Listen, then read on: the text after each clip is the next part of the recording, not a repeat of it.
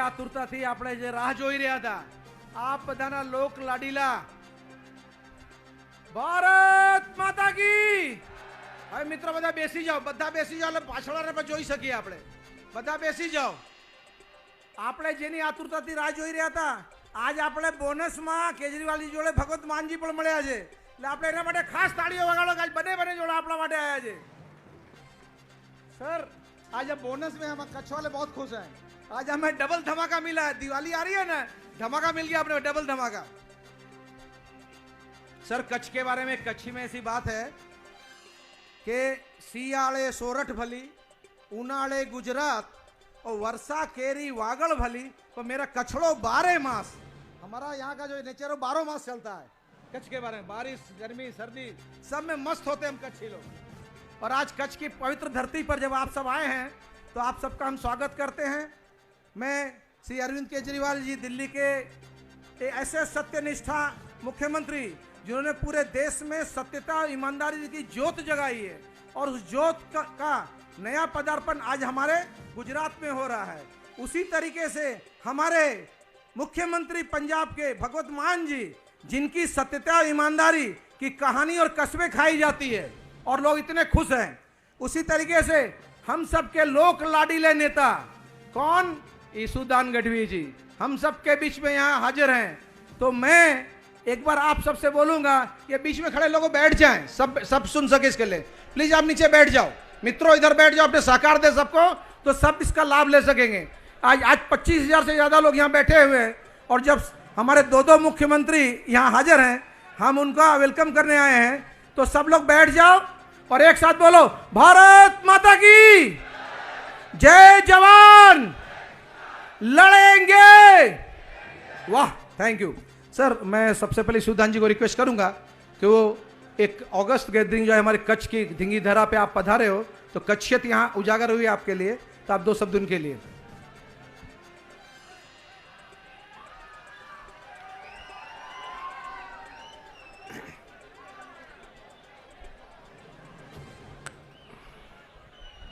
बोलो भारत माता की, इंकलाब, जय जवान।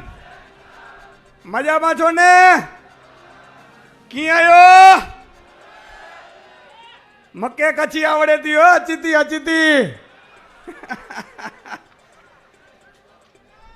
अने माननीय अरविंद केजरीवाल जी, जे मात्र न गुजरात, न दिल्ली, न पंजाब, परंतु देशनी उम्मीद बन्या छे एवा माननीय अरविंद केजरीवाल जी साथे साथे 75 वर्ष में पंजाब में आजादी पछी जे काम न थया, ई 6 महीना में काम 50% पूरा करनार पंजाब ना मुख्यमंत्री भगवत मान जी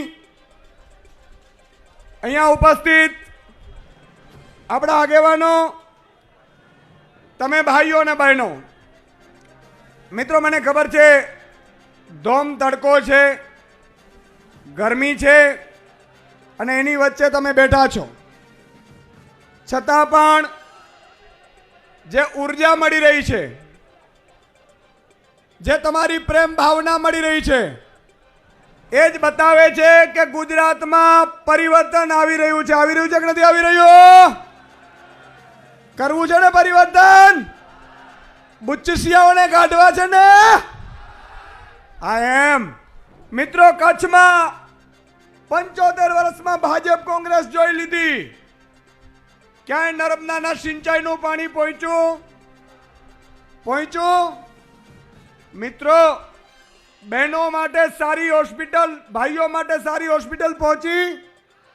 आज हूँ ऐलान करूं छू, कच्छनी धरती माटे, कच्छ माटे मित्रों कोई मोटी सरकारी हॉस्पिटल कच्छ में नथी। कच्छ में छे? मित्रों आज कच्छनी धरती उपरथी ऐलान करूं छू, आम आदमी पार्टी नी सरकार आवतानी साथे ज जी खानगी हॉस्पिटल ने टक्कर मारे एवी सरकारी हॉस्पिटल आपवानी गेरंटी आपू छू। मित्रों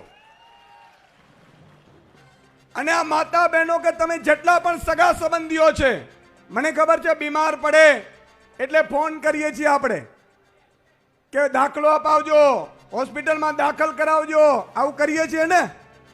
હું ખાતરી આપું છું મિત્રો, આમ આદમી પાર્ટીની સરકાર બનતાની સાથે એવી હોસ્પિટલ કચ્છમાં બનાવીશું કે તમારે કોઈ પણ પ્રકારનો રોગ હોય 1 લાખનો ખર્ચ આવે કે 1 કરોડનો તમારે કચ્છમાં ફ્રીમાં મળશે તમને સાહેબ. અત્યારે અમદાવાદ રાજકોટ જવું પડે છે મને ખબર છે, પણ એ દિવસો નહીં આવવા દઈએ મિત્રો. હવે શું કામ આમ આદમી જરૂરી છે એના માટે મારે 5 આપને વાત કરવી છે, બહુ ધ્યાનથી સાંભળજો. માતા બહેનો અહીંયા બેઠી છે. આપણી સરકાર આવતાની સાથે જ મહિલાઓ 18 વર્ષથી ઉપર માતા બહેનો છે એના ખાતામાં દર મહિને 1000 રૂપિયા નાખીશું સાહેબ. હવે માન લો કે 3 બહેનો હોય તો 3000 રૂપિયા ઘરમાં આવે તો 4 સિલિન્ડર ફ્રી થઈ ગયા કે ન થઈ ગયા? મારી માતા બેન દીકરી હાથ લંબાવવું ન પડે ને. પછી બીજું કે ખેડૂતો અહીંયા બહુ પરેશાન છે, મને ખબર છે મિત્રો. મરજી પડે એવી રીતે ખેડૂતોના ખેતરોમાંથી પવન ચક્કીઓ નાખે છે. સાચું?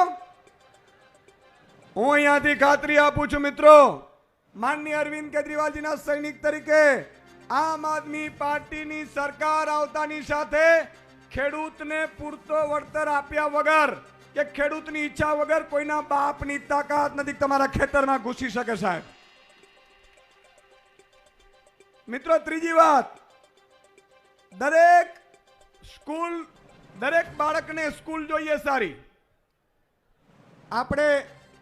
આપણું બાળક હોય 5મું 7મું ભણતો હોય ને ઇંગ્લિશમાં બોલતું હોય તો ગમે કે ન ગમે? ગમે કે ન ગમે? મિત્રો આજે અમદાવાદમાં મોટા ઉદ્યોગપતિના દીકરા ભણે છે, પ્રાઇવેટ સ્કૂલોમાં ભણે છે, પણ મારા કચ્છના એક મજૂર, એક રિક્ષા ચાલક, એક ખેડૂત, એક શ્રમિક, એનો દીકરો કડકડાટ ઇંગ્લિશ બોલે ને એવી સ્કૂલો અહીંયા બનાવવાની છે સાહેબ, એવી સ્કૂલો બનાવવાની છે. મિત્રો અરવિંદ કેજરીવાલજીની સરકારમાં જ થઈ શકે. આજે આપ સૌ દૂર દૂરથી આવ્યા છો, તમે અહીંથી નીકળો અને માનો બાઇક ઉપર હેલ્મેટ ન હોય તો પોલીસવાળા પકડે છે કે નથી પકડતા? પકડે છે ને. હવે ખેતરમાંથી જતા હોઈએ તો હેલ્મેટની જરૂર છે ખરી? મિત્રો આપણે એવો વચનો રસ્તો કાઢીશું, પોલીસવાળાનો વાંક નથી. ઉપરથી ઉઘરાણાની ધમકીઓ આવતી હોય છે, પ્રેશર આવતું હોય છે. હું આપને ગેરંટી આપું છું, આમ આદમી પાર્ટીની સરકાર બનતાની સાથે અમુક સ્પીડમાં જ પહેરવું પડશે, બાકી તમારે મોજ કરો. આવી સરકાર જોઈએ કે ના જોઈએ? અચ્છા, તમારે કાગડિયા માટે ધક્કા ખાવા પડે છે કે નથી ખાવા પડતા? મિત્રો આમ આદમી પાર્ટીની સરકાર આવતાની સાથે રાશન કાર્ડમાં નામ ચડાવવું હોય, 7/12ની વાત હોય, 8ની વાત હોય, કોઈએ સરકારી ઓફિસમાં જવાની જરૂર નથી. મિસ કોલ મારજો, સરકારી કર્મચારી તમારા ઘરે આવીને કામ કરી જશે. આ ભાજપ કોંગ્રેસ આવું કરે છે ક્યારે? મને જોરથી બોલો એટલે ખબર પડે કરે છે. હવે એને વિરામ આપવો જોઈએ કે ન આપવો જોઈએ? મિત્રો ભાજપમાં હું જોઉં છું કેવા નેતાઓ છે, 70 વર્ષની ઉંમર થઈ, એને બેસવું જોઈએ કે ના બેસવું જોઈએ? આરામમાં બેસવું જોઈએ કે ના બેસવું જોઈએ? મિત્રો એ બિચારા રાત્રે દોડી પણ નથી શકતા, તકલીફ પડે. એની પાર્ટી બેસાડી દે એટલે બેસી જાય. પણ હવે યુવાનોનો જમાનો આવ્યો છે અને આપણે 18 કલાક નહીં, આપણે 19 કલાક કામ કરનારા છીએ. તાળીઓ મારો.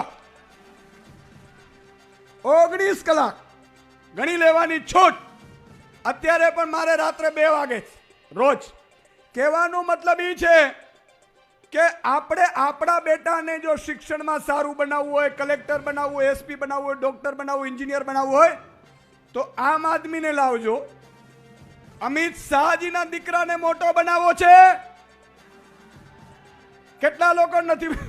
હાથ ઊંચો કરે એટલે ખબર પડે. નથી બનાવો ને? હા, જો ભાજપ વાળા મત માંગવા આવશે ને એ અમિત શાહજીનો દીકરાને નોકરી અપાવવા માટે આવશે. આપણા માટેના પેપર ફોડી નાખે છે કે નથી ફોડતા? જો તમારે રાહુલ ગાંધીને મોટો બનાવવો હોય, સોનિયા ગાંધીજીના દીકરાને, તો તમારે કોંગ્રેસમાં મત આપવાનો. પણ જો તમારે તમારા લાડલા વિપુલને, સુમલને, દીકરીને એને જો મોટી બનાવી હોય તો માનનીય અરવિંદ કેજરીવાલજી ઉપર વિશ્વાસ મૂકવો પડશે મિત્રો, અને આપણે આમ આદમીની સરકાર બનાવવી પડશે. મિત્રો છેલ્લે મારે એક વાત કરવી છે. આપણી સરકાર આવી, ખેડૂતોના 2 લાખ રૂપિયા સુધીના દેવા માફ કરી દેવામાં આવશે. ખેડૂતોને 1.5 વર્ષની અંદર સિંચાઈનું પાણી એના ખેતર સુધી પહોંચી જવામાં આવશે. આ રેકોર્ડિંગ કરવું હોય તો કરી લેજો. આ ભાજપ વાળાની ત્રેવડ નથી, ની કરશે ને તોય અબાબા એના તૂટી જાય.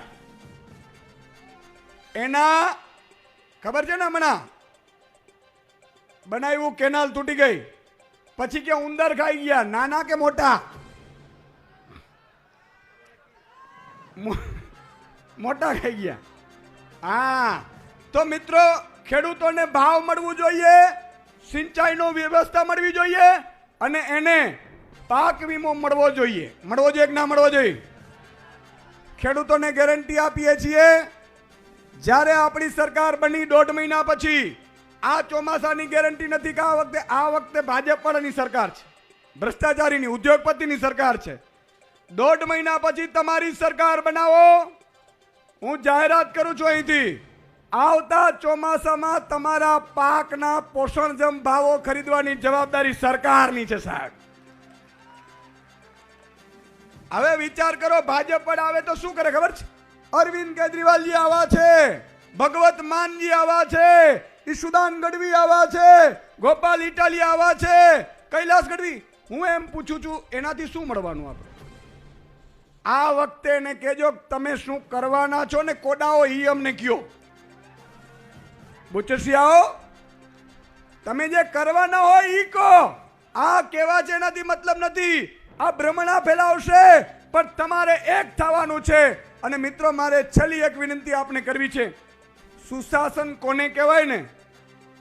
મારું એક સપનું છે, કલેક્ટર ઓફિસમાં મારો કચ્છનું ખેડૂત જાય, શ્રમિક વર્ગ જાય, ગરીબ મજદૂર રજૂઆત કરવા જાય, તો મિત્રો જેમ મુખ્યમંત્રીને ઊભો થઈને કલેક્ટર આદર આપે ને, એ જ મારા ખેડૂતોને સાહેબ કહીને આદર આપે ને, એવી વ્યવસ્થા ઊભી કરવી છે આપણે. પછી મજા આવે કે ન આવે? પછી તમને એમ લાગે ને કે સાચી આઝાદી છે. તો મારે આપને વિનંતી કરવી છે, આટલું કરવા માટે એક કામ તમારે કરવું પડશે. બોલો, કરશો? તમારે નાત, જાત, જ્ઞાતિ, ધર્મ બધું ભૂલી જવાનું છે. મને હમણાં એક ભાજપના નેતા મને કહેતા હતા, મને કે ઈશુદાનભાઈ, મારા પત્નીએ એવું કીધું છે કે આ વખતે તમારે મત ભાજપને આપવું તો આપજો, હું તો આમ આદમીને કેજરીવાલજીને મોકો આપીશ. મેં કીધું ભાઈ એનું કારણ શું? મને કે મારી પત્ની એવું કહેતા હતા કે અમે ભાજપને મત આપ્યા તો અમને કઈ ફાયદો નથી થવાનો, પણ આમ આદમીને મત આપીશું તો 1 માર્ચથી, એટલે કે 3 મહિના પછી મારું વીજળી બિલ 0 આવશે, 0. મિત્રો અરવિંદ કેજરીવાલજી બોલે છે એ કરે છે. દિલ્હીમાં કરીને બતાવ્યું. ભગવત માનજી અહીંયા છે. પંજાબમાં તમને કહેશે, પંજાબમાં 49 લાખ લોકોના વીજળી બિલ 0 આવ્યા. બોલો, આ કમાલ છે. તો આના માટે તમારે મહેનત કરવી પડે કે ન કરવી પડે? હું એમ કહું છું, 1.5 મહિનો છે, ઘરે બેસતા નહીં. એક વ્યક્તિ 100 વ્યક્તિ જોડશે. બોલો, જોડશો? એક હાથ ઊંચો કરીને મને કહો એટલે ખબર પડે. 100 વ્યક્તિ જોડશો? આ વચન આપો છો? પાકું? બોલો, ભારત માતા કી જય. જવાન. આને ભૂલીને વે જાઓ. વચન નાયો મકે અને કચ્છ જો માડું વચન દે પણ ફરે ના. કચ્છની ધરતી જો કાળો નાગ. જેસલ જાડેજાજી આખો વિસ્તાર હે, અત્રે મકે પૂરો વિશ્વાસ હે કે અહીં બધા 100 વ્યક્તિ જોડીંदा. બોલો દાદા મેકરણગી. વાહ ઈશુદાનજી, આજ ઈશુદાનજી આપણા બધાને એટલી બધી બેટરી ચાર્જ કરી છે ને કે ચૂંટણી તો આપણે પાર કરી લેવાની એમને એટલી તાકાત સાથે. હવે ઈસુદાન માટે એક તાળીઓ વગાડો, એમને આપણે એટલો જ જુસ્સો આપે છે. એ આપણો કચ્છી માળું છે. હવે આપણે બોલાવીએ એક એવા શખ્સને જેમણે એમના મિનિસ્ટરના બારેમાં ખાલી સાંભળ્યું ને કે 1% માંગે છે તો ત્યાં જેલ ભેગા કરી નાખ્યા.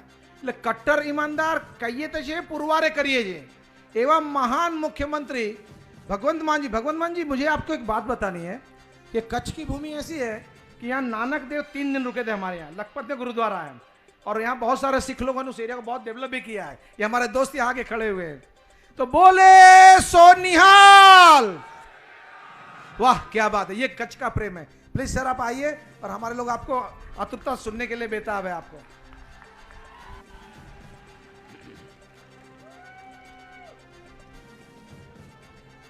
बहुत बहुत धन्यवाद, शुक्रिया, मेहरबानी. आम आदमी पार्टी के नेशनल कन्वीनर और देश की राजनीति को एक नया मोड़ देने वाले, देश की राजनीति को धर्म और जात पात से निकालकर स्कूलों और अस्पतालों और बिजली की तरफ मोड़ देने वाले मुख्यमंत्री दिल्ली अरविंद केजरीवाल जी, भाई ईशुदान जी और कच्छ के इलाके के हमारे गुजरात के सभी पदाधिकारीगण, सबसे पहले जितने भी लोग, माँ बहन, नौजवान, बुजुर्ग, जितने कदम भी आप चलकर आए हो, एक एक कदम आपका हमारे सर माथे पर. सबसे पहले सबको नमस्कार, सत श्री अकाल. वाहिगुरु जी का खालसा, वाहिगुरु जी की फतेह. मैंने कच्छ के बारे में सुना था कि यहां के लोग इनकलाबी हैं और कच्छ वाले जो फैसला कर देते हैं पूरा गुजरात वही फैसला करता है. मैंने सुना था, ये मैंने सुना था, लेकिन आज मैंने अपनी आंखों से देख लिया कि वाकई, क्योंकि वही नारे लग रहे हैं, जय जवान जय किसान, इनकलाब जिंदाबाद, वही नारे लग रहे हैं जो पंजाब में लगते थे, जो आज भी लगते हैं.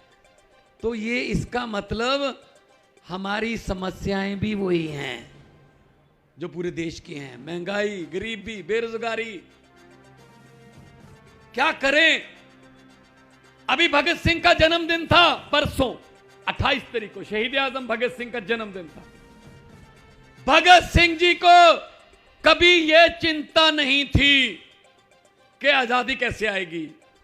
वो बेफिक्र थे इस मामले में, आजादी तो आएगी ही आएगी. लेकिन चिंता इस बात की थी आजादी के बाद देश कौन से हाथों में जाएगा. और उनकी ये चिंता बिल्कुल सही थी. कौन से हाथों में चला गया? 75वीं वर्षगांठ मना रहे हैं हम, 75वीं आजादी की. मैं आपसे पूछना चाहता हूं कच्छ वालों से, आपके घर में आजादी पहुंच गई? नहीं पहुंची ना, क्योंकि वो आजादी सिर्फ इनके महलों में और लाल बत्ती वाली गाड़ियों में रह गई. बस उस आजादी को घर घर पहुंचाने का जो मकसद, जो टीचा, जो लड़ाई आम आदमी पार्टी अरविंद केजरीवाल जी की अगुवाई में लड़ रही है, उसी के सिलसिले में हम यहां पर आए हैं. और हमें आने नहीं देते. हम कोई होटल बुक करते हैं, होटल वाले को कह देते हैं यहां नहीं ठहर सकते ये. हम कोई मैरिज पैलेस बुक करते हैं, हॉल बुक करते हैं, उसके मालिक को डरा लेते हैं. ये तो धन्यवाद हो उन लोगों का जिन्होंने यहां बाजार लगता था आज ये दे दिया ग्राउंड, वरना हद है, वरना हमें काम ही नहीं करने देते. भाई तुम अपना प्रोग्राम रखो, हम अपना रखेंगे.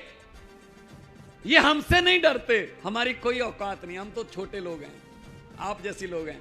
ये हमसे नहीं डरते, ये केजरीवाल से नहीं डरते. जो इतनी भारी संख्या में आप लोग आ गए ना, ये आपसे डरते हैं. उन्होंने, बीजेपी वालों ने इतना कट करना हो, लगभग 10-15 करोड़ का खर्चा आएगा. पहले बसों में लाओ, फिर छोड़ के आओ, रास्ते में खाना भी खिलाओ, फिर तालियां बजवाओ, फिर इधर वाले इधर इधर बिठाओ। जब उनको बोल दिया कि 15 मिनट हो गए, अब करना है मोदी मोदी लिखाओ। हद है यार, हद है यार। बहुत काम करना पड़ता उनको। हमारे यहां कुछ नहीं करना पड़ता, अरविंद केजरीवाल का नाम लेना पड़ता, लोग अपने आप आ जाते हैं बस। क्योंकि हम बात करते हैं स्कूलों की, हम बात करते हैं अस्पतालों की, हम बात करते हैं बिजली की, हम बात करते हैं सड़कों की, ये बात करते हैं धर्म की, ये बात करते हैं जात पात की। तो दिल्ली में क्या हुआ फिर? 2 बार दिल्ली में हारे। बहुत धर्म की बातें की, लेकिन दिल्ली वालों ने कहा नहीं, हमें केजरीवाल के स्कूल अच्छे हैं, हमें अस्पताल अच्छे मिल रहे हैं, हमें इलाज अच्छा मिल रहा है, हमें बिजली अच्छी मिल रही है, हमें सब सहूलतें मिल रही हैं, हम तो केजरीवाल को वोट डालेंगे। 27 साल हो गए यार, मैं आप पर भी हैरान हूं। 27 साल हो गए, हर साल पेड़ भी अपने पत्ते बदल लेता, तुम बदलो यार इस बार तो। मुझे पता है पहले आपके पास कोई बदलाव नहीं था, ऑप्शन नहीं थी कोई। कांग्रेस का तो आप देख लो क्या हाल हो चुका है, कोई प्रधान बनने को तैयार नहीं उनका। परसों मैंने एक अपने दोस्त को कहा, मैंने कहा यार कांग्रेस के प्रधान के पर्चे मिल रहे हैं, 40-50 रुपए का होगा, तू भी भर दे, पर्चा भर दे प्रधान का। वो कहता भर तो दूं, मुझे चिंता इस बात की अगर चुना गया फिर क्या करूंगा। कोई प्रधान बनने को तैयार नहीं है। कांग्रेस की हालत उस बुजुर्ग 90 साल बुजुर्ग जैसी हो गई जिसको डॉक्टर बोल देते हैं घर पे ले जाके सेवा कर लो, अब इसमें कुछ नहीं है बस। ये कांग्रेस का हाल है। दिल्ली में नेशनल पार्टी सबसे पुरानी पार्टी, दिल्ली में 2 बार कितनी सीटें? 0। 2 बार, 15 में भी 20 में भी। यहां राहुल गांधी, यहां सोनिया गांधी जी, यहां पर ये इनके सब बड़े बड़े नेता रहते हैं। जिस इलाके में वो रहते हैं उनका एमएलए पता कौन है? अरविंद केजरीवाल, नई दिल्ली विधानसभा में पड़ता है। इसका मतलब जो इनके नेताओं के, कांग्रेसी और बीजेपी के नेताओं के घर में काम करते हैं, माली सफाई वाले, वो भी झाड़ू चक्कर उठाते हैं बस। सो दोस्तों, ये पंजाबी खड़े हैं, साढ़े भरा खड़े ने, ट्रांसपोर्ट दे विच बिजनेस ने। मैनू किसान बहुत मिले ने कि इत्थे तकलीफां ने, दुख तकलीफां ने कि साडे तो काम लैके सानू छड्डण लगे है। नहीं, असीं तुहाडे नाल खड़ांगे, असीं तुहाडे नाल खड़ा। 90% कुर्बानियां देश को आजाद कराने में पंजाबियों की, और पूरे देश में हम, पूरी दुनिया में पंजाबी जो हैं जहां जाते हैं अपना मुकाम बनाते हैं, मेहनत करते हैं। आप लोग मेहनती लोग हो, आप लोग सब ईमानदार लोग हो। लोग कभी भी भ्रष्ट नहीं होते, लोग भ्रष्ट नहीं होते, नेता भ्रष्ट होते हैं, ये खाते हैं। हमारे देश के नेता इस देश में खाते हैं, इसीलिए उनके विदेश में खाते हैं। कोई बैंक लूट के भाग गया, कोई 10,000 करोड़ लेके भाग गया। हमें तो भाई इतनी रकम लिखनी भी नहीं आती कि कितनी जीरो लगती हैं इसमें। हमें तो अपने घर की चिंता है, आज शाम को रोटी मिलेगी या नहीं मिलेगी, आज चूल्हा जलेगा या नहीं जलेगा। ये बड़ी बड़ी बातें करते हैं। कल क्या चल रहा था, परसों, कल ही था मेरे ख्याल में, कि नरेंद्र मोदी जी नरेंद्र मोदी स्टेडियम से लाइव, ले स्टेडियम अपने नाम पे कर लिया। हद है। हुकूमत वो करते हैं जिनका दिलों पर राज होता है। यूं कहने को तो मुर्गे के सर पे भी ताज होता है। पंजाब में 6 महीने हुए हैं सरकार बने हुए। बिजली 2 महीने का बिल आता है हमारा। 1 जुलाई से बिजली हमने फ्री की, 300 unit per month, 600 unit. 74 lakh घर हैं पंजाब में, मीटर लगे हुए हैं 74 लाख। 51 लाख को जीरो बिल आया है अभी। और आपको हैरानी होगी कि जब नवंबर और दिसंबर का महीना आएगा, क्योंकि उस समय एसी वगैरह नहीं चलते, ठंड हो जाती है, तो जनवरी का नए साल का जो पहला बिल आएगा पंजाब में, 74 लाख में से 69 लाख 69 लाख लोगों को जीरो बिल आएगा। 95% से ज्यादा। हमने कोई नोट छापने वाली मशीन नहीं लगा रखी है, पैसा लोगों से ही आता है, लेकिन हमने लीकेज बंद कर दी है, भ्रष्टाचार बंद कर दिया। जो ये खाते थे वो हमने करप्शन पे रोक लगा दी है, तो पैसे बचने लगे, तो वही पैसे हम आपको देने लगे। स्कूल अच्छे कर दिए, अस्पताल अच्छे बना दिए, बिजली फ्री कर दी, सड़कें, व्यापारियों के लिए रेड राज बंद कर दिया, टैक्स देने लगे, व्यापारियों को भी लगा कि हाँ अगर हम टैक्स देंगे तो ये टैक्स का पैसा हमें वापस ही मिलेगा किसी ना किसी रूप में। तो ये विश्वास बना, तो विश्वास बना तो सरकार बनी, सरकार बनी तो विश्वास बना। तो हमने ये किया है। 350 करोड़ में जो पुल बनता था, अरविंद केजरीवाल जी ने नए इंजीनियर बुलाए, नया नक्शा बनाया, वो 200 करोड़ में बना दिया, 150 करोड़ बच गया। 150 करोड़ से पूरे दिल्ली की दवाइयां फ्री कर दी। भाई इसको क्यों कहते हो आप फ्री? केजरीवाल फ्री की रेवड़ियां बांटता है, केजरीवाल फ्री क्यों ये कर रहा है, केजरीवाल ऐसे फ्री क्यों दे रहा है रेवड़ियां बांट। हम बिजली दे रहे हैं, हम लोगों को पानी दे रहे हैं, हम लोगों को इलाज दे रहे हैं, हम लोगों को शिक्षा दे रहे हैं, इसको कह रहे हैं फ्री की रेवड़ी। तो मैं ये पूछना चाहता हूं मोदी साहब, जो 15 लाख हर व्यक्ति के खाते में आएगा, वो वाला पापड़ किसने बेचा था? आ गया 15 लाख? आपके यहां आ गया 15 लाख? अरे ईशुदान भाई आप तो कहते थे आ गया, यहां नहीं आया ना? पंजाब में भी नहीं आया, किसी का नहीं आया। जुमले थे, आजकल जुमलों की फैक्ट्री चल गई है, फिर चल गई है फैक्ट्री, उसमें जुमले बन रहे हैं नए नए ताजे ताजे कि क्या कौन से जुमले से लोग भड़केंगे, कौन से जुमले से लोगों की भावनाओं को भड़काया जा सकता है। जुमलों में मत आना, जुमलों में मत आना। 15 लाख की बात छोड़ो, जो हमारे घर में बचत करके 2-3 हजार हमने अपने खर्चे के लिए रखा था, नोटबंदी करके वो भी निकलवा के ले गए सारा। सबसे ज्यादा नोटबंदी का जो नुकसान हुआ मां बहनों को हुआ है। महिलाएं बैठी हैं, इनको एक अच्छी आदत होती है महिलाओं को, पंजाब में भी है, यहां भी है, होगा। ये अपने कई जो माएं बहनें हैं वो अपने हस्बैंड से, अपने पति से नहीं बताती, उसको थोड़े पैसे अलग से रख लेती हैं, कई बार इमरजेंसी में काम आ जाते हैं, बच्चे की फीस आ गई या रात को कहीं कोई इलाज के लिए जाना पड़ा, अलग से रख लेती हैं।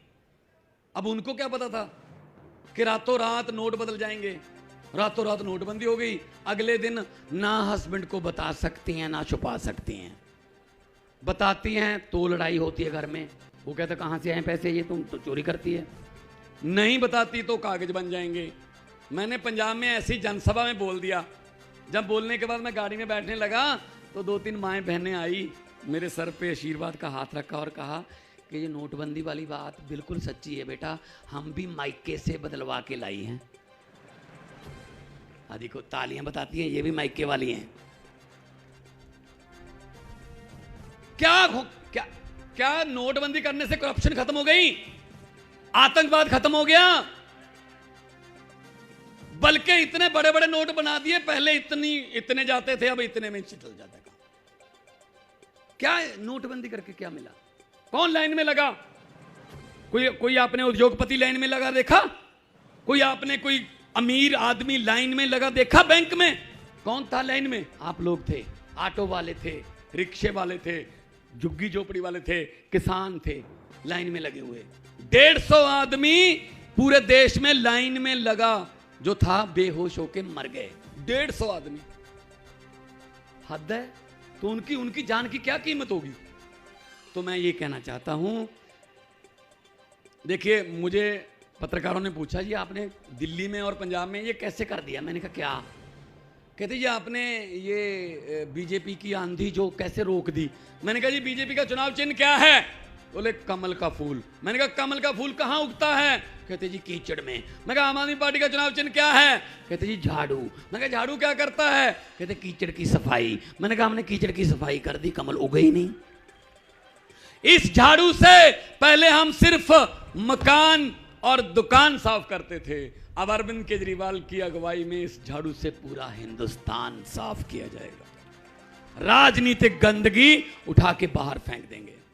जब आप वोट करने जाओगे, एक बात मेरी याद रख लेना, भले ही पूरा भाषण भूल जाना, एक बात याद रख लेना कि भगवंत मान आया था, ये कह के गया था, जब आप अंदर जाओगे, बूथ के अंदर जाओगे, मशीन देखोगे, वहां पे बटन लगे होंगे, चुनाव चिन्ह होंगे अलग अलग। बस ये बात सोच लेना, वो जो बटन है ना पंजे का है, ना कमल के फूल का, ना हाथी का, ना तीर कमान का, ना झाड़ू का, वो बटन आपके बच्चों के भविष्य का बटन है। सही बटन दबा दोगे, परिवार का भविष्य बन जाएगा। और अगर 27 साल पहले वाली गलतियां करोगे तो फिर 5 साल और सही। अंग्रेजों ने हमें 200 साल इकट्ठे गुलामी दी, ये 5-5 साल की किस्तों में दे रहे हैं, है तो गुलामी है ना। आजाद कौन करेगा? खुद। कोई अमेरिका का राष्ट्रपति आके हम ठीक नहीं करने आएगा, अपने आप को खुद ठीक करना पड़ेगा। पंजाब में 14-15 साल के बच्चों ने अपने मां बाप को कहा कि जी कृपया हमारे फ्यूचर के लिए एक बार बटन बदल के देख लो। वहां भी ऐसे चल रहा था, 5 साल अकाली दल बीजेपी और 5 साल कांग्रेस। तो बच्चों के लिए मां बाप ने कहा चलो आपके कहने नहीं मानते हैं, देखते हैं। तो आज वो बच्चे जो हैं वो इतने खुश हैं कि जी हमारे माँ बाप ने बात मानी, तो मेरी भी जिम्मेदारी बढ़ गई, उन बच्चों का फ्यूचर बनाना, उन बच्चों को अफसर बनाना। अब मेरी और अरविंद केजरीवाल जी की जिम्मेदारी है कि उनको ये ना लगे कि हमारा विश्वास टूटा है। तो विश्वास खरीदा नहीं जा सकता। विश्वास ये इनको आदत पड़ गई है, ये एमएलए खरीद लेते हैं कांग्रेस वाले। कांग्रेस के एमएलए ऐसे हैं जो सेल पे लगे हुए हैं। जैसे हम कहते हैं ना कि किसी घर पे इतनी गरीबी आ जाती है कि बर्तन बेच के गुजारा करते हैं, ये कांग्रेस वाले एमएलए बेच के गुजारा कर रहे हैं बेचारे। कभी गोवा से चले गए 8, कभी महाराष्ट्र से चले गए, कोई। तो इनका कोई भरोसा मत करना, कुछ नया करके देखो, कुछ नया करके देखो। मैंने जब से होश संभाला है, एक आदमी की एक स्टेटमेंट मुझे 20 सेकंड की अच्छी लगी, मेरे लू कंडे खड़े हो गए, मैं जज्बाती हो गया। 2020 में इलेक्शन से 1.5 महीने पहले एक आदमी टीवी की स्क्रीन पर आता है और कहता है कि अगर मेरे 5 साल पुराने काम दिल्ली वालों को अच्छे लगे तो वोट दे देना, वरना मुझे वोट मत देना। वो आदमी है अरविंद केजरीवाल। और लोगों ने कहा यार ये कहने के लिए तो जिगरा चाहिए, फिर इसका मतलब काम किए होंगे, इसीलिए कहा फिर उन्होंने। इसलिए मैं आपको कहने आया हूं, पंजाब से, पंजाब और गुजरात का आपस में बहुत नाता, खास तौर पे कांडला का, क्योंकि ये पोर्ट हमें लुधियाना से सारा ट्रांसपोर्ट हमारा यहाँ आता है, हमारा एक्सपोर्ट इंपोर्ट का बिजनेस सारा यहाँ आता है। तो पंजाब का और आपका कांडला का, कच्छ का जो आपस में बहुत बड़ा नाता है। मैं आपको हाथ जोड़कर विनती करने आया हूँ, मेरा कोई चाचा, मेरा भतीजा या मेरा कोई मामे का बेटा, फूफा का बेटा, फुफ्फा का बेटा यहाँ से इलेक्शन नहीं लड़ रहा, ना ही उसने कोई ठेका लेना है, ना ही उसने कोई शराब का कोई कारोबार करना है, ना ही उसने कोई रेत में हिस्सा डालना है, ना कुछ नहीं करना। सिर्फ मैं ये इसीलिए आया हूँ कि आप लोग अपने बच्चों के लिए कृपया बटन बदल लीजिए, बटन बदल लीजिए, इनकी बातों में मत आना, क्योंकि ये देश को बांट रहे हैं। और मैं पार्लियामेंट में मैंने बोला था कि लंबे सफर को मीलों में मत बांटिए, लंबे सफर को मीलों में मत बांटिए, कौम को कबीलों में मत बांटिए। एक बहता दरिया है मेरा भारत देश, इसको नदियों और झीलों में मत बांटिए। दोनों हाथ ऊपर उठाकर भगत सिंह की आत्मा को शांति मिलेगी कि हैं कुछ लोग जिन्होंने अभी तक इनकलाब का नारा जिंदा रखा हुआ है। दोनों हाथ ऊपर उठाकर 2 नारे, इनकलाब, इनकलाब, बोले सो निहाल। बहुत बहुत धन्यवाद, बहुत बहुत आपका शुक्रिया, इतने प्यार और संयम से मुझे आपने सुना, बहुत बहुत आपका धन्यवाद। और परमात्मा के आगे मैं अरदास करता हूं आप लोग सब तरक्कियां करो, तंदुरुस्त रहो। बहुत बहुत मेहरबानी। थैंक यू भगवत मान जी। आज अपने लोगों की एक जवाबदारी भगवत मान जी नक्की करके जा रहे हैं कि इस इलेक्शन में झाड़ू से गुजरात में भ्रष्टाचारी, गौचर खा जाने वाले, गायों का फंड खा जाने वाले, आपस में लड़ाने वाले वो साफ करना है अपने को, वो गंदगी साफ करनी है। आप हमारे साथ हैं तो बोलो भारत माता की। મિત્રો આપણા માટે તો આજ એટલો સારો ઉત્સવ જેવો દિવસ છે કે આપણા માનને, આપણા આવકારને માન આપીને આપણા વેચમાં ખાલી ભગવત માનજી જ નથી આવ્યા, પણ આપણા બધાના લોક લાડીલા નેતા શ્રી અરવિંદ કેજરીવાલજી પણ પધાર્યા છે। મારે એમના માટે બે લાઈન કહેવી છે। आए वो हमारी महफिल में कुछ इस तरह कि हर तरफ चांद तारे झिलमिलाने लगे, देखकर दिल उनको झूमने लगा और सबके मन खिलखिलाने लगे। बराबर जी? तो चलो आपने બધા આવકારીએ Shri Arvind Kejriwal ji. Please sir, stage is yours.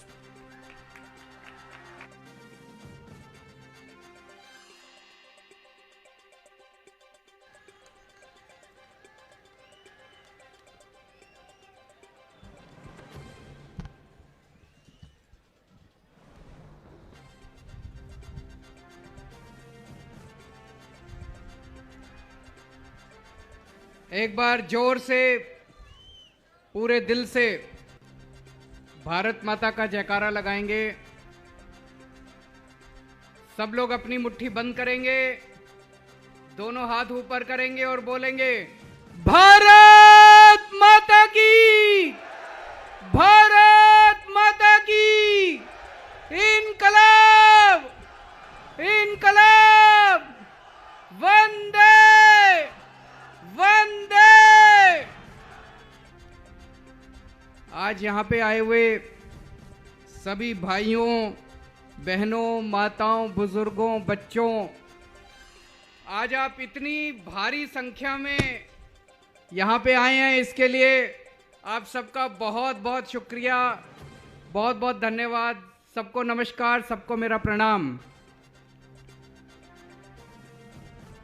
की आयो कच्छी भा बहनो, मजा मां। सबसे पहले मुझे बताया गया कि ये जो मैदान है, यहां पे हर हफ्ते शनिवार को बाजार लगता है। बहुत गरीब लोग अपनी अपनी दुकानें लगाते हैं। आज उन सब लोगों ने अपनी दुकानें लगाने की बजाय आम आदमी पार्टी का ये कार्यक्रम करने के लिए मैदान दे दिया। मैं आप सब लोगों को नमन करता हूं, आपका बहुत बहुत तहे दिल से आभारी हूं। और जब गरीबों का आशीर्वाद मिलता है तो ऊपर वाले का आशीर्वाद मिलता है, भगवान का आशीर्वाद मिलता है। गरीब के दिल में भगवान बसता है और आपका आशीर्वाद मिला है। अब गुजरात में परिवर्तन आके रहेगा, गुजरात में परिवर्तन जरूर आएगा।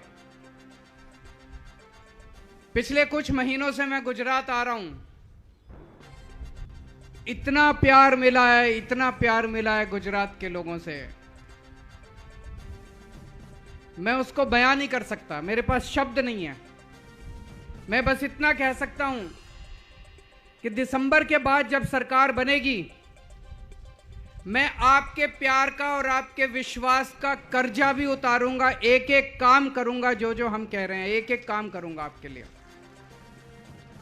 मेरे को राजनीति करनी नहीं आती, मैं पॉलिटिशियन नहीं हूं, एक आम आदमी हूं, साधारण आदमी हूं। पता नहीं ऊपर वाले की कोई कृपा हुई और ऊपर वाले ने मेरे को दिल्ली का मुख्यमंत्री बना दिया। मेरे को राजनीति करनी नहीं आती, काम करना आता है। मेरे को भ्रष्टाचार करना नहीं आता, गुंडागर्दी करनी नहीं आती, शरीफ आदमी हूं। काम करना आता है। मेरे से स्कूल बनवा लो, मैं स्कूल बना दूंगा। मेरे से अस्पताल बनवा लो, मैं अस्पताल बना दूंगा। गुंडागर्दी नहीं होती मेरे से, भ्रष्टाचार नहीं होता मेरे से, राजनीति नहीं होती, गंदी राजनीति नहीं होती मेरे से। पढ़ा लिखा आदमी हूं, काम करना आता है, ईमानदार है हम सब लोग, ईमानदार पार्टी है। शरीफों की पार्टी है। 7 साल से मैं दिल्ली का मुख्यमंत्री हूं। 6 महीने से भगवंत मान पंजाब के मुख्यमंत्री हैं। हमने जनता की सेवा की है, हमने गरीबों की सेवा की है, हमने दुखी लोगों का दुख दूर किया है, हमने परेशान लोगों की परेशानियां दूर करी है, हमने राष्ट्र निर्माण का काम किया है। स्कूल बनवाए, खूब स्कूल बनवाए हैं, खूब अस्पताल बनवाए हैं, खूब सड़कें बनाई हैं, बिजली ठीक की है, पानी ठीक किया है। हमने राष्ट्र निर्माण का काम किया है। आज हमारे पास बैंक अकाउंट में एक भी पैसा नहीं है, लेकिन पुण्य बहुत कमाया। ऊपर वाले का आशीर्वाद है, करोड़ों लोगों का आशीर्वाद है, लाखों लोगों का आशीर्वाद है आज हमारे पास। मैं पिछली बार जब गुजरात आया था, एक आदमी आया मेरे पास, बोला सर बहुत महंगाई हो गई है गुजरात में। जब मैं उतरा, मैं बहुत लोगों से मिलता हूं, इतने लोगों से मिलता हूं, लोग आते रहते हैं, चाहे होटल में रुकता हूं, सभाओं में जाता हूं, नाम याद नहीं रहते। आके बोला सर बहुत महंगाई हो गई है, जिंदगी जीना मुश्किल हो गया। हो गई कि नहीं हो गई महंगाई बहुत ज्यादा? अपना बिजली का बिल लेके आया हुआ था, उसका बिजली का बिल 3,300 रुपए कुछ था, 3,500 रुपए के करीब। बोला सर एक पंखा, एक कमरे का घर है मेरा, एक रसोई है, एक टॉयलेट है, एक पंखा चलता है, ट्यूबलाइट चलती है, एक टीवी चलता है, 3,500 रुपए का बिल। और बोला पुराना इन लोगों ने 70,000 रुपए का पुराना निकाल रखा है, पुराना 70,000 रुपए का। बोला सारा गलत है। ठीक कराने जाता हूं बिजली दफ्तर में तो वो कहते हैं पहले इतनी रिश्वत दो, 10,000 रुपए दो, तब ये 70,000 कम करेंगे। करते हैं कि नहीं करते? इसी तरह से झूठा बिल बना के भेजते हैं। बिल ठीक कराने के लिए जाओ, कहते हैं 10,000 रुपए दो, 12,000 रुपए दो, तब ठीक करेंगे। बोला सर इतनी महंगाई में अपने बच्चों को कैसे पालें? दिल्ली में हमने सब लोगों के बिजली के बिल 0 कर दिए। दिल्ली में हमने महंगाई से लोगों को राहत दे दी, सबके बिजली के बिल 0 कर दिए। पंजाब में हमने सबके बिजली के बिल 0 कर दिए। दिल्ली में हमने सबके पुराने बिल माफ कर दिए, जितने 70,000 80,000 पुराने बिल थे, सबके पुराने बिल माफ कर दिए। पंजाब में सबके पुराने बिल माफ कर दिए। अब दिल्ली में भी बिजली का बिल 0 आता है, 0 बिजली का बिल। पंजाब में भी बिजली का बिल 0 आता है। गुजरात में चाहिए कि नहीं चाहिए? हाथ खड़े करके बताओ जिस जिसको बिजली का बिल 0 चाहिए। गुजरात में भी हो सकता है, अगर ईमानदार सरकार आए तो गुजरात में भी हो सकता है। ये मेरे को खूब गालियां देते हैं, कहते हैं केजरीवाल फ्री की रेवड़ी बांट रहा है, केजरीवाल फ्री की रेवड़ी बांट रहा है। केजरीवाल बिजली का बिल 0 क्यों करता है, बिजली फ्री क्यों देता है? मैं पूछता हूं, आप सब लोग अपने मुख्यमंत्री से पूछना, गुजरात के मुख्यमंत्री से, आप सब लोग गुजरात के मंत्रियों से पूछना, एमएलए से पूछना, उनको कितना बिजली का बिल, उनकी कितनी बिजली फ्री है। सीएम को 5,000 यूनिट बिजली मुफ्त मिलती है हर महीने, 5,000 यूनिट मुख्यमंत्री को। मंत्रियों को 4-4 हजार यूनिट बिजली मुफ्त मिलती है हर महीने। मैं पूछता हूं, अगर मुख्यमंत्री और मंत्री को 4,000 यूनिट बिजली मुफ्त मिलती है, तो जनता को 300 यूनिट बिजली तो मुफ्त मिलनी चाहिए। मिलनी चाहिए कि नहीं मिलनी चाहिए? जनता को मिलनी चाहिए कि नहीं मिलनी चाहिए?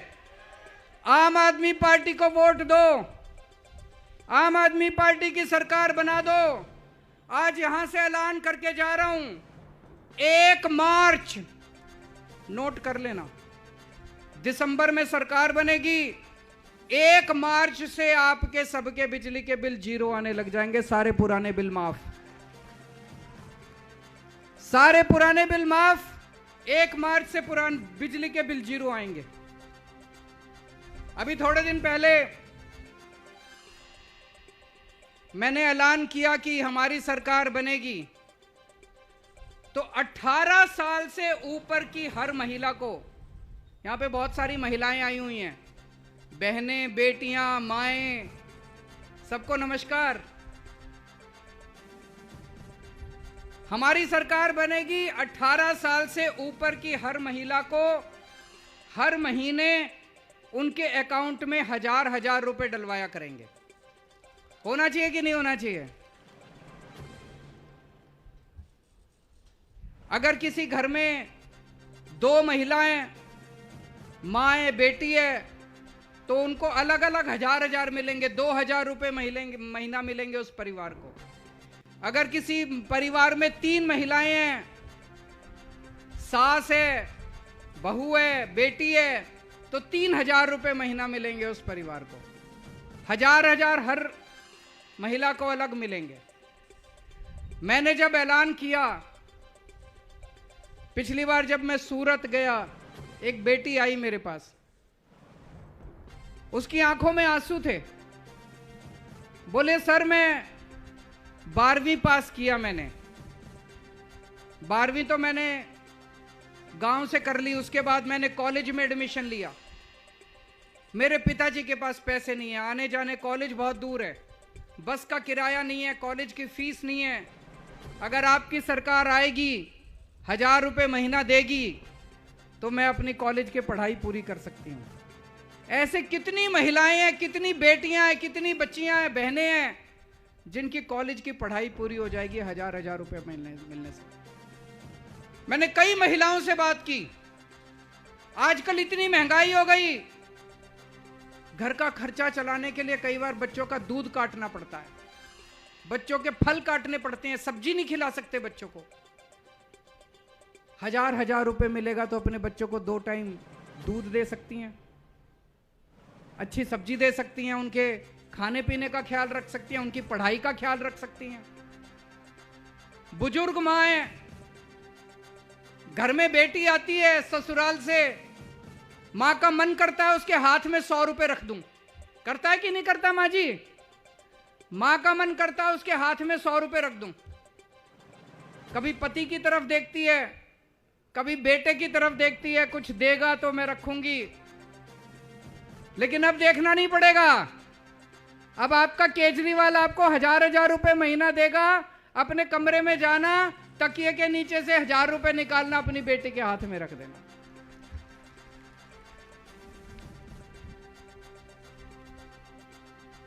पिछली बार जब मैं आया गुजरात, एक लड़का आया मेरे पास, बोला सर मैं अपने इलाके में अपने नेता से मिलने गया, इनकी पार्टी के नेता से मिलने गया। मैंने कहा मेरे पास रोजगार नहीं है, नौकरी दे दो। कहता है तुम लोग निकम्मे हो, तुम लोग काबिल नहीं हो, इसलिए तुमको नौकरी नहीं मिलती। ये गाली देते हैं हमारे बच्चों को। मैं आपसे पूछना चाहता हूं, निकम्मा कौन है? निकम्मे इन नेताओं के बच्चे हैं कि निकम्मे आपके बच्चे हैं? नेताओं के बच्चे निकम्मे हैं। आपके बच्चे बड़े इंटेलिजेंट हैं, आपके बच्चों को अभी तक नौकरी नहीं मिली। ये गालियां देते हैं हमारे बच्चों को।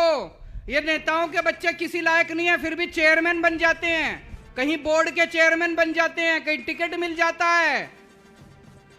एक और बच्चा मिला, बोला मैं अपने नेता से नौकरी मांगने गया। मैंने कहा जी नौकरी दे दो।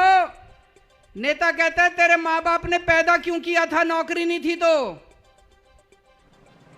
अब हम लोग इनसे पूछ के बच्चे पैदा करेंगे, इन पार्टियों से पूछ के बच्चे पैदा करेंगे। इनको इतना अहंकार हो गया 27 साल से, इतना घमंड हो गया, गालियां देते हैं हम लोगों को, हमारे बच्चों को निकम्मा बोलते हैं, हमारे बच्चों को नाकाबिल बोलते हैं, हमें कहते हैं कि हमसे पूछ के पैदा किया था। अब तो हटा दो यार इनको, अब 27 साल हो गए, इनका अहंकार हो गया, अब तो हटा दो इन लोगों को। दिल्ली में मैंने 5 साल में 12 लाख बच्चों के लिए रोजगार पैदा किए, 12 लाख बच्चों के लिए, 12 लाख बच्चों को रोजगार दिलाए। मान साहब ने, भगवंत मान ने पिछले 6 महीने में 17,000 बच्चों को सरकारी नौकरियां दी हैं। हमारी नीयत भी है और हमें काम भी करना आता है। गुजरात में सरकार बनेगी, हमने वादा किया है कि हर बच्चे के लिए रोजगार का इंतजाम करेंगे। जब तक रोजगार नहीं मिलता तब तक हर महीने 3,000 रुपए बेरोजगारी भत्ता दिया जाएगा। होना चाहिए कि नहीं होना चाहिए? जब तक रोजगार नहीं मिलता 3,000 रुपए महीना बेरोजगारी भत्ता देंगे और 10 लाख सरकारी नौकरियों का इंतजाम करेंगे। 10 लाख सरकारी नौकरियां। अगर अपने बच्चों को बेरोजगार रखना है, गालियां खानी है, इनको वोट दे देना। 27 साल से यही चल रहा है। और अगर रोजगार चाहिए बच्चों को तो आम आदमी पार्टी को वोट दे देना, झाड़ू पे बटन दबा देना। दिल्ली में हम लोगों ने स्कूल बहुत शानदार कर दिए, सरकारी स्कूल इतने शानदार कर दिए। पहले सरकारी स्कूलों का बेड़ा गर्क था दिल्ली में।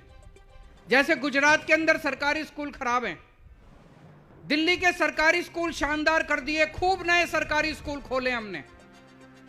आज दिल्ली के अंदर सरकारी स्कूलों के नतीजे इतने शानदार आ रहे हैं। मैं आपको बताता हूं, अब मजदूरों के बच्चे, रिक्शे वालों के बच्चे, कारपेंटर के बच्चे, मोची के बच्चे डॉक्टर बन रहे हैं, इंजीनियर बन रहे हैं। एक लड़का है गगन, उसके पिताजी फैक्ट्री में मजदूरी का काम करते हैं, 8,000 रुपये महीना कमाते हैं। उसका भी इंजीनियरिंग में 12वीं पास करिए, इंजीनियरिंग में एडमिशन हो गया, इंजीनियर बनेगा अब लड़का। एक और लड़का है सुधांशु, उसके पिताजी ड्राइवर हैं, 10,000 रुपये महीना कमाते हैं, उसका भी इंजीनियरिंग में एडमिशन हुआ है। ऐसे हजारों बच्चे हैं, हजारों बच्चे हैं जो सरकारी स्कूलों से निकल के उनका डॉक्टरी में, इंजीनियरिंग में एडमिशन हो रहा है। अब दिल्ली के अंदर बहुत सारे लोग अपने बच्चों को प्राइवेट स्कूलों से निकाल के, नाम कटा के सरकारी स्कूलों में भर्ती करा रहे हैं। हजारों की तादाद में बच्चे इंजीनियर बन रहे हैं, डॉक्टर बन रहे हैं, गरीबों के बच्चे। आप सोच के देखो, इनके मां बाप अभी तक गरीब थे, लेकिन जब ये बच्चा इंजीनियर बन के आएगा, इसकी 2 लाख 3 लाख रुपए महीने की तनख्वाह होगी। इतने सारे परिवारों की गरीबी दूर हो जाएगी। होगी कि नहीं होगी? मुझे बताया गया है कि पूरे कच्छ के इलाके के अंदर ये एक के बाद एक सरकारी स्कूल बंद करते जा रहे हैं। सरकारी स्कूल है नहीं। आज मैं आपको यहां से वादा करके जा रहा हूं, आपके हर गांव के अंदर सरकारी स्कूल खोला जाएगा। और जैसे दिल्ली के अंदर शानदार बच्चों को पढ़ाई कराई जा रही है, ऐसे यहां पे भी शानदार पढ़ाई कराएंगे। आपके बच्चों को अच्छी शिक्षा देंगे, आपके बच्चे बड़े होकर आपकी गरीबी दूर करेंगे, आपका नाम रोशन करेंगे। दिल्ली के अंदर हमने हर आदमी का इलाज मुफ्त कर दिया। आज अगर किसी को कोई बीमारी हो जाए,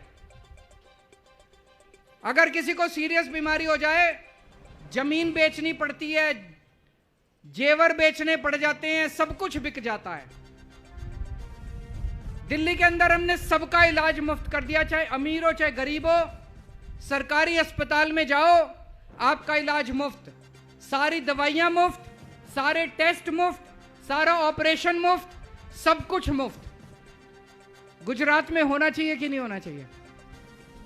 गुजरात में भी करेंगे। खासकर कच्छ के इलाके में मुझे बताया गया कि कोई सरकारी अस्पताल नहीं है।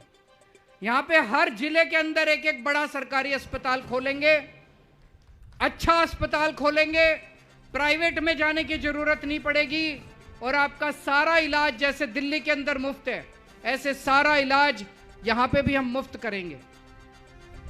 दोस्तों, 27 साल से आप इन लोगों को बर्दाश्त कर रहे हो। अब इनको हटाने का, इनका अहंकार तोड़ने का टाइम आ गया है। अभी अभी थोड़े दिन पहले एक सरकारी रिपोर्ट आई है। उस रिपोर्ट के मुताबिक गुजरात के अंदर आम आदमी पार्टी की सरकार बनना तय है। आम आदमी पार्टी की सरकार बनने जा रही है, भारी बहुमत से बनने जा रही है। जब से ये रिपोर्ट आई है ये पागल हो गए हैं। इन्होंने खूब गुंडागर्दी चालू कर दी है चारों तरफ, लोगों को खूब धमकाना चालू कर दिया इन्होंने चारों तरफ। मुझे पता चला है कि अब इन दोनों पार्टियों की सीक्रेट मीटिंग हो रही है कि कुछ भी करो लेकिन ये आम आदमी पार्टी की सरकार नहीं आनी चाहिए, चाहे कांग्रेस की आ जाए चाहे बीजेपी की आ जाए, लेकिन ये आम आदमी पार्टी वालों को रोको। ये आम आदमी पार्टी वाले आ गए तो हमारी लूट बंद हो जाएगी।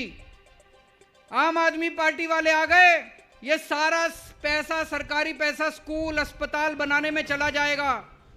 अब ये दोनों पार्टियां मिलकर गालियां दे रही है हमको। आपने देखा होगा, एक पार्टी कहती है केजरीवाल कमीना है, दूसरी पार्टी कहती है केजरीवाल ठग है। मैं ठग हूं? मैं शक्ल से ठग नजर आता हूं? कौन सा ठग ऐसा होगा जो आपके बच्चों की पढ़ाई की बात करेगा? कौन सा ठग ऐसा होगा जो आपका इलाज कराना चाहेगा? ये दोनों इकट्ठे हो गए।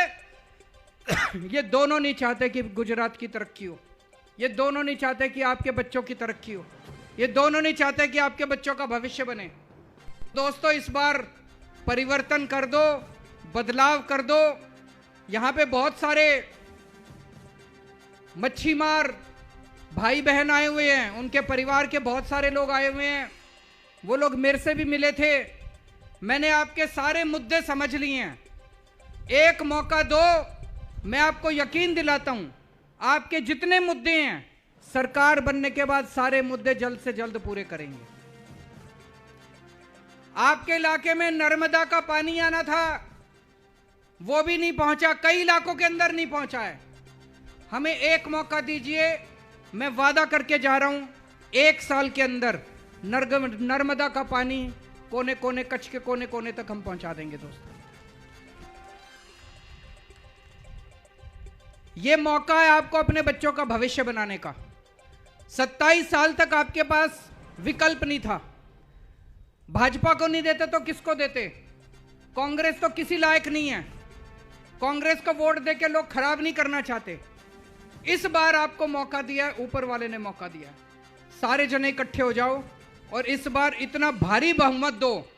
दिल्ली में हमारी 70 में से 67 सीट आई थी, पंजाब में 117 में से 92 सीट आई थी। इस बार गुजरात के लोग दिल्ली का रिकॉर्ड भी तोड़ दो, पंजाब का रिकॉर्ड भी तोड़ दो और इतना भारी बहुमत दो कि जितने वादे हमने किए हैं वो सारे वादे हम पूरे करके दिखाएंगे। दोस्तों, भारत माता की। મિત્રો બધા પોતાની જગ્યા ઉભા થઈ ગયો। આપણા રાષ્ટ્રગાન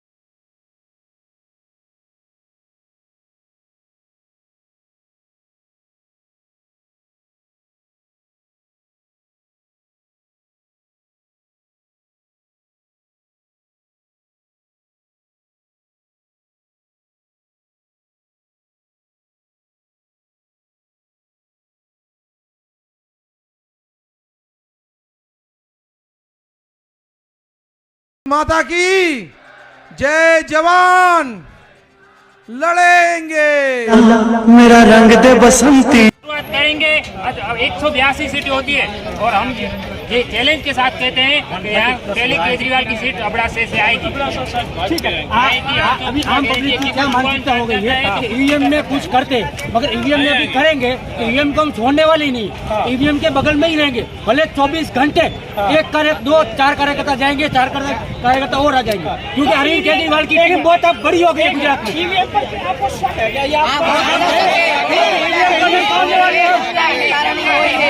पूरे हिंदुस्तान को ना देता ले लो। मशीन आई है ना, तब से घोटाला हो रहा है।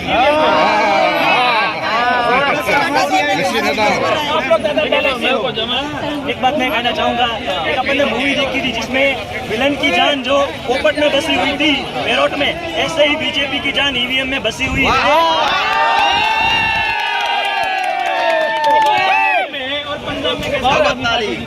वहाँ पे जो सपोर्ट था पब्लिक का सपोर्ट था, और वो जान चुके थे कि पब्लिक बीजेपी शासित नहीं था, पब्लिक का वो माइंड जान चुके थे, और उनको दोनों स्टेट वो दोनों वहाँ उनको वो सिटी उनको वो स्टेट उनको छोड़ना ही होना था। वो स्टेट 3 महीने पहले भुज में भुजोड़ी ओवर ब्रिज अभी 3 महीने हुए हैं, वो बने, अभी से वो फूलने लगा है मतलब भ्रष्टाचार उनका दिख रहा है, मतलब दिख रहा है भ्रष्टाचार कितना किया हुआ है। अभी छेड़े लगाए जो विकास कर रहे हैं, अभी जो है मेट्रो लेकर आ गए मोदी जी, सूरत में उद्घाटन कर रहे हैं। चुनाव से पहले तो खूब जो है 30,000 करोड़ की योजनाओं का घोषणा उन्होंने किया है। तो कह रहे हैं कि मोदी जी जो है विकास, अभी 2 महीने हैं चुने हुए, मोदी जी विकास पुरुष है, अमित शाह चाणक्य है, और ये मोदी शाह की जोड़ी है। गुजरात जो है बीजेपी का गढ़ है। हमने नहीं कहा है। हाँ, उनकी पार्टी कह रही है, वो पार्टी कह रही है पूरी। मोदी शाह की जोड़ी से कैसे टक्कर लेंगे? हाँ, मोदी शाह की जो जोड़ी है उससे कैसे टक्कर लेंगे? उसके केजरीवाल टक्कर लेंगे। पूरे दिल्ली में पंजाब में करके दिखाया ना, बिजली फ्री कर दी, बेरोजगार युवा को मिल गया। बात बोलूँ, हाँ,